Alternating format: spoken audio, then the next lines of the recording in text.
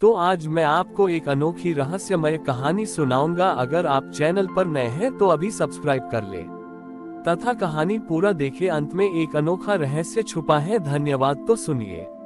सृष्टि के एक विशेष काल में कौशिक नाम का एक साधु था। वह बहुत बड़ा तपस्वी था, लेकिन उसका स्वभाव बहुत तीखा था। यदि कोई उसे थोड़ा भी परेशान करता तो वह तुरंत उसे श्राप दे देता या कटु वचन कहता। उसका तर्क था, मैं सत्य बोलता हूँ और सत्य कड़वा होता है। एक दिन कौशिक कैलाश पहुंचा और उसने देखा कि महादेव चुपचाप बैठे हैं, जबकि उनके गले में हलाहल विष का नीला निशान चमक रहा है। कौशिक ने पूछा, प्रभु, आपने विष को पिया पर उसे बाहर नहीं निकाला और न ही उसे पेट के नीचे जाने दिया। उसे गले में ही क्यों रोक लिया? क्या वह आपको कष्ट नहीं देता? महादेव ने मंद स्वर में कहा, ग्रेटर देन कौशिक, ये विष संसार की उन बुराइयों और कड़वाहट का प्रतीक है जो हमारे पास आती है। यदि मैं इसे बाहर थूक देता तो संसार का विनाश हो जाता। यदि मैं इसे भीतर निगल लेता तो यह मेरे अस्तित्व को प्रभावित करता। इसलिए मैंने इसे कंठ में धारण किया है, जहां ये केवल एक आभूषण बन गया है। ग्रेटर देन कौशिक को बात समझ नहीं आई। उसने कहा, प्रभु, कड़वाहट को दबाना तो घुटन है।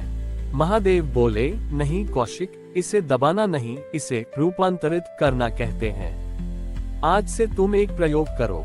जो भी तुम्हें कड़वा बोले या तुम्हारे साथ बुरा करे, तुम उसे न तो पलटकर उत्तर देना और न ही मन में उसके प्रति नफरत पालना।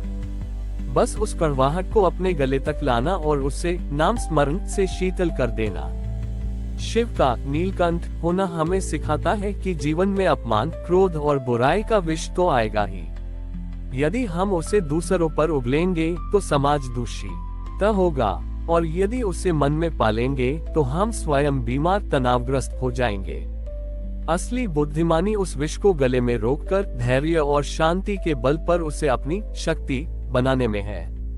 कौशिक ने महादेव के आदेश को एक चुनौती की तरह लिया। वह अपने आश्रम लौटा, लेकिन अब उसकी परीक्षा शुरू होने वाली थी। महादेव ने उस बड़ी ही सहन शक्ति की परीक्षा लेने के लिए एक लीला रची। अगले दिन गांव का एक उद्धत युवक कौशिक के पास आया और बिना किसी कारण के उन्हें अपशब्द कहने लगा। उसने आश्रम के बर्तनों को फेंक दिया और कौशिक की तपस्या का उपहास उड़ाया। कौशिक को पहले तो प्रचंड क्रोध आया। उसकी जीभ पर श्राप देने वाले शब्द नाचने लगे, लेकिन जैसे ही उसने मुंह खोलना चाहा, उसे महादेव का नीलकंठ याद आ गया। उसने उन कड़वे शब्दों को गले में ही रोक लिया। उसने महसूस किया कि वे शब्द उसके गले को जला रहे थे, जैसे कोई दहकता हुआ कोयला रखा हो। उसने अपनी आंखें बंद की और भीतर ही भीतर नमः शिवाय का जाप शुरू किया। चमत्कार यह हुआ कि जैसे जैसे वह मंत्र पढ़ता गया, वह मानसिक विष शीतल होने लगा। कुछ देर बाद उस युवक ने देखा कि कौशिक के चेहरे पर क्रोध के बजाय एक असीम करुणा थी। वह युवक थककर चुप हो गया और कौशिक के चरणों में गिर पड़ा। महादेव की वाणी कौशिक के अंतर्मन में गूंजी, ग्रेटर देन कौशिक, तुमने देखा, जब तुमने विष को बाहर नहीं फेंका तो तुमने उस युवक को विनाश से बचा लिया, और जब तुमने उसे भीतर नहीं निगला तो तुमने अपनी शांति को बचा लिया। यही नीलकंठ होने का रहस्य है, बुराई को सहकर उसे आशीर्वाद में बदल देना। Greater than. कुछ वर्षों बाद कौशिक का आश्रम उन लोगों के लिए शरण स्थली बन गया जो मन की अशांति और कड़वाहट से जूझ रहे थे। लोग उनसे पूछते, महाराज, आप इतने शांत कैसे रहते हैं? कौशिक मुस्कुराकर अपने गले की ओर इशारा करते और कहते, मैंने अपने भीतर एक छलनी लगा ली है। संसार मुझे विष देता है, पर मेरा महादेव उस विष को मेरे गले में ही रोककर उसे संगीत बना देता है। अब मैं बोलता नहीं हूँ, अब मेरा मौन ही दूसरों के घाव भरता है।